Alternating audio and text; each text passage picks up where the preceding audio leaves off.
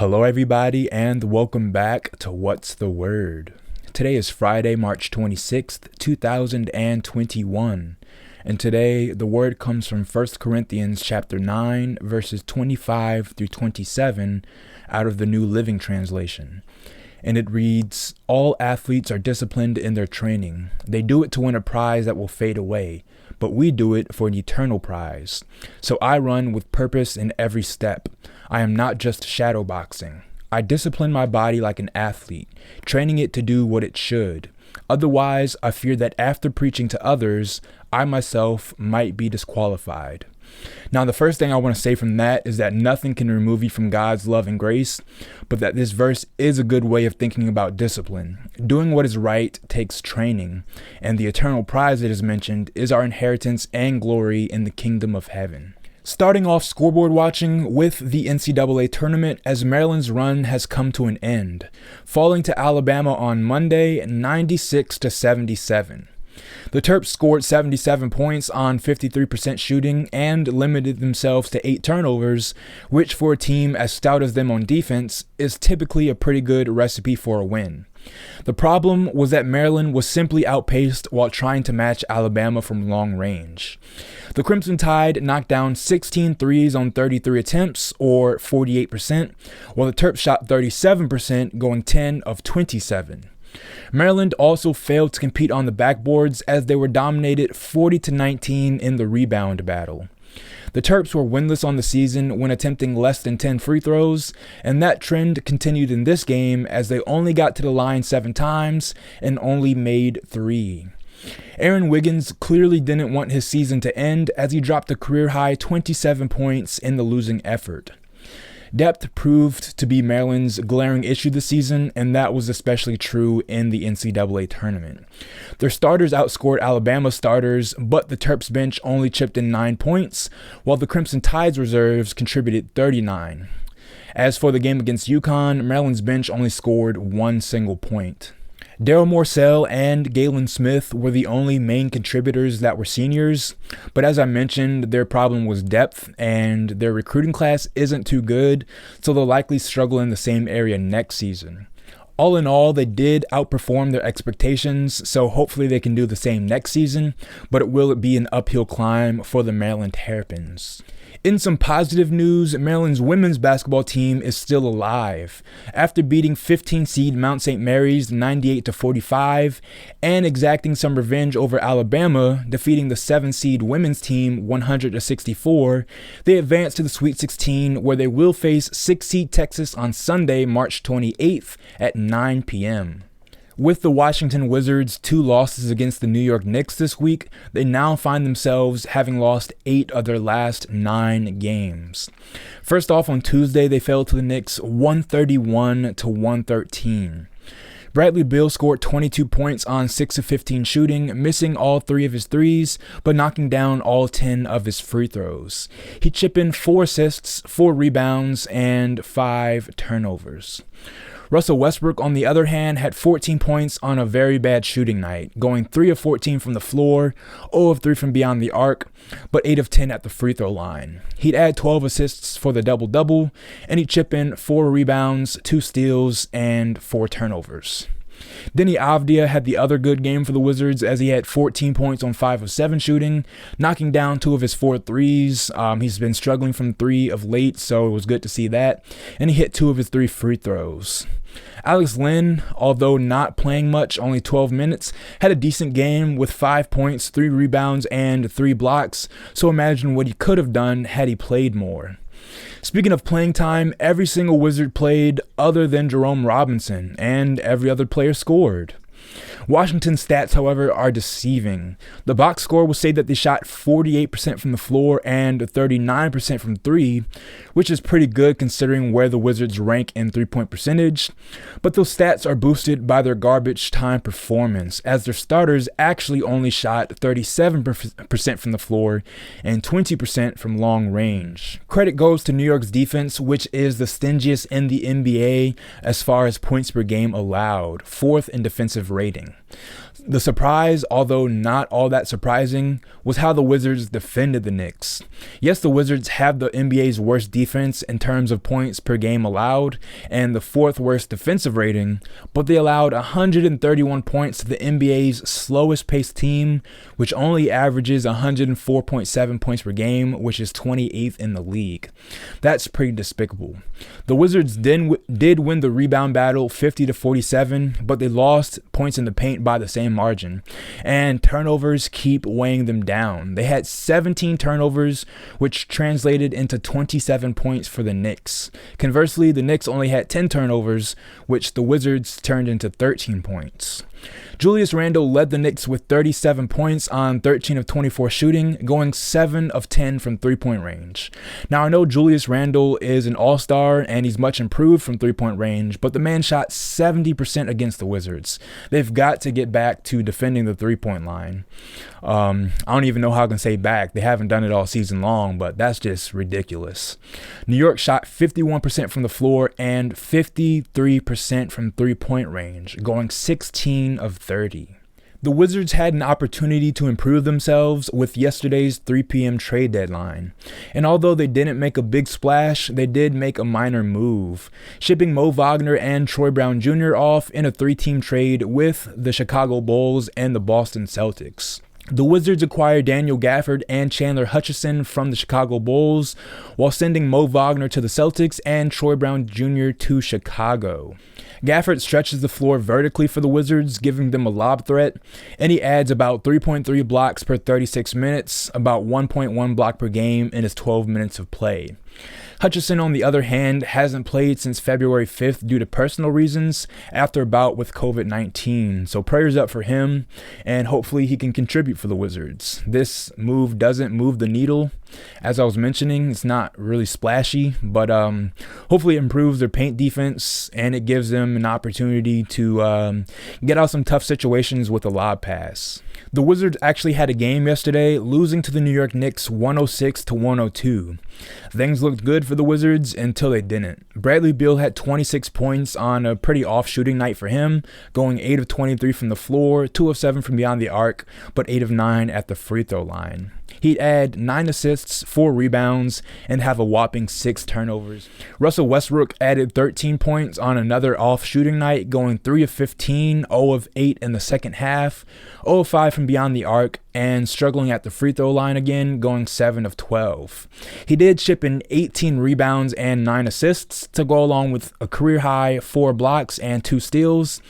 But he once again had 8 turnovers, and he fouled out with 6 personal fouls. Russell Westbrook is the first player in the past 25 seasons to shoot 0 of 8 or worse and collect 6 fouls in a single half of play. Rui Hachimura chipped in 21 points, going 9 of 16, going 2 of 6 from 3, but 1 of 4 at the free throw line. He did grab 9 rebounds and was a Wizards high plus 10 in his 41 minutes of play. And Garrison Matthews was back in the good graces. He's obviously been chipping in defensively lately, but his points hadn't been there. In this game, he scored 16, so glad to see him get things going again. The Wizards led in all 4 quarters, including holding a 17-point lead more than halfway through the third quarter. But the Knicks overcame the deficit and took their first lead of the game at the 4-minute and 12-second marker by outscoring the Wizards 39-24 in the final frame. Washington once again struggled with turnovers, committing 17, which New York turned into 24 points, compared to New York only turning the ball over 15 times and the Wizards getting 18 points out of that. The Wizards also shot 60% from the free throw line, going 20 of 33. So, pick your poison. If they did a better job handling the ball, not committing 17 turnovers, or if they shot better from the free throw line, the Wizards could have won. Only a 4-point game, but of course they lose, and they've now lost 8 of their last 9. Next up for Washington, they will be back home to face the Detroit Pistons on Saturday at 8 p.m. As for the Washington Capitals, who were also in action yesterday, their 4-3 win over the New Jersey Devils means that they have won 8 of their last 9 games. Every time the New Jersey Devils looked to gain some momentum, the Capitals answered quickly to swing things back in their favor. New Jersey netted the opening goal a minute and 23 seconds after puck drop, but Dmitry Orlov evened the score for Washington within the following 2 minutes. After the Devils regained the lead in the second period, Alex Ovechkin answered less than a minute later. Evgeny Kuznetsov gave Washington the advantage heading into the second intermission, but he wasn't done there as he tallied his second goal of the contest, the eventual game winner, 1 minute after New Jersey knotted the score at 3 in the final frame. Vitek Vanacek's early turnover led to a goal on New Jersey's first shot on net, but he rebounded to make 21 saves on 24 shots. New Jersey and the Capitals run it back today at 7 p.m. The UFC's next pay-per-view, UFC 260, will be taking place tomorrow, so let me give you all a quick preview. The early prelims get underway at 6 p.m. with the prelims at 8, and the main card, the pay-per-view, getting underway at 10 p.m. The event is already without its co-headliner as the featherweight championship bout between Alexander Volkanovski and Brian Ortega has been postponed because Volkanovski tested positive for COVID. So hopefully that will happen at a later date. The rest of the event is still pretty exciting though. In the main event, heavyweight champion Stipe Miocic will be putting his belt on the line against Francis Ngannou for the second time. If you remember back to January 20th, 2018, Francis Ngannou lost the first fight 50-44 on all scorecards with a 10-8 round in the 4th round. As for my prediction, I'm rooting for Francis Ngannou. He's the more interesting fighter to watch with his knockout power. But of course, Stipe won the first fight, landing 5 takedowns, and it'll probably be more of the same. You know, Stipe's chin held up against Francis in the first fight. He took a few shots, but didn't end up going down. And Stipe landed the takedowns and won a lot of control time. So it'll probably be the same thing. Stipe Miocic is about 10 pounds lighter now. Francis Ngannou still with the knockout power. But if Francis wins, you'll likely see a rematch with Stipe getting the third fight, the trilogy. And if Stipe wins, his next fighter, his next challenger will be John Jones in his heavyweight debut. So a lot to look forward to coming out of this fight. As for the new co-main event in the welterweight division, the 7th ranked welterweight in the world, Tyron Woodley, will be fighting Vicente Luque. Tyron Woodley, a former champ, is on a 3-fight losing streak since losing his belt to Kamaru Usman, and he's going against the 10th ranked welterweight in the world. Another fight to watch on the main card in the bantamweight division, Sean O'Malley versus Thomas Almeida. They're both knockout artists, so you don't want to miss a single second. Almeida is on a 3-fight losing streak, and Sugar Sean O'Malley is coming off of his first professional loss, a first-round TKO to Marlon Chito Vera back in 2020. Now, Sean O'Malley will tell you he didn't lose that fight. He says he's still undefeated since it probably should have been an injury stoppage, but all in all, you know, somebody's got to get off the schneid, so this is a fun fight to watch. As for a fight to watch in the prelims, Khabib Nurmagomedov's cousin Abu Bakr will be fighting in the welterweight division, and with Khabib making his run for Coach of the Year, he will be in his corner. Moving on to the news portion of today's episode, and starting with college basketball and Georgetown, as sophomore center Qudus Wahab has entered into the transfer portal. He's coming off of averaging 12.7 points per game on 59% shooting, 8.2 rebounds per game, and 1.6 blocks, including a game where he recorded 8 blocks. I said earlier in the week that Georgetown could really benefit from his return, but even with him leaving, they still shouldn't be too bad in the center position, as Dikembe Mutombo's son Ryan has committed to Georgetown. All in all, I wish Qudus Wahab the best of luck, no hard feelings to him. As for some NFL free agency news, one departure and addition to talk about with the Washington football team. Former Washington cornerback Fabian Moreau is leaving to join the Atlanta Hawks on a 1-year deal. He was more of a depth cornerback, but Washington really needs depth at cornerback at this point, so it hurts to see him leave. But with that being said, he does get a better opportunity for some playing time in Atlanta, and he rejoins VP of Player Personnel Kyle Smith. As for their addition, they signed wide receiver Adam Humphries to a 1-year deal. His best year coming as a slot receiver was in 2018 with the Tampa Bay Buccaneers, with, you guessed it, Ryan Fitzpatrick as his quarterback. So excited to see that. It allows them to move Curtis Samuel around some more. Instead of just having him play in the slot, he can play on the outside some, and they still have a really good slot receiver. So I like the move. No news to talk about for the Baltimore Ravens other than them losing out on wide receiver T.Y. Hilton, who re-signed with the Colts. So we move on to the Baltimore Orioles, as former All-Star pitcher Matt Harvey has made the team out of spring training. His contract is guaranteed at $1 million now, with potential performance bonuses. As for another pitcher that was on a spring training invite, Felix Hernandez, he hasn't pitched since March 16th with elbow discomfort, so no news as of now if he's made the team. As for a pitcher who hasn't made the team, Wade LeBlanc opted out of his contract after not making the active roster out of spring training. Last but not least, Major League Soccer has announced their full schedule for the 2021 season, and the only surprise is that it's mostly interconference play.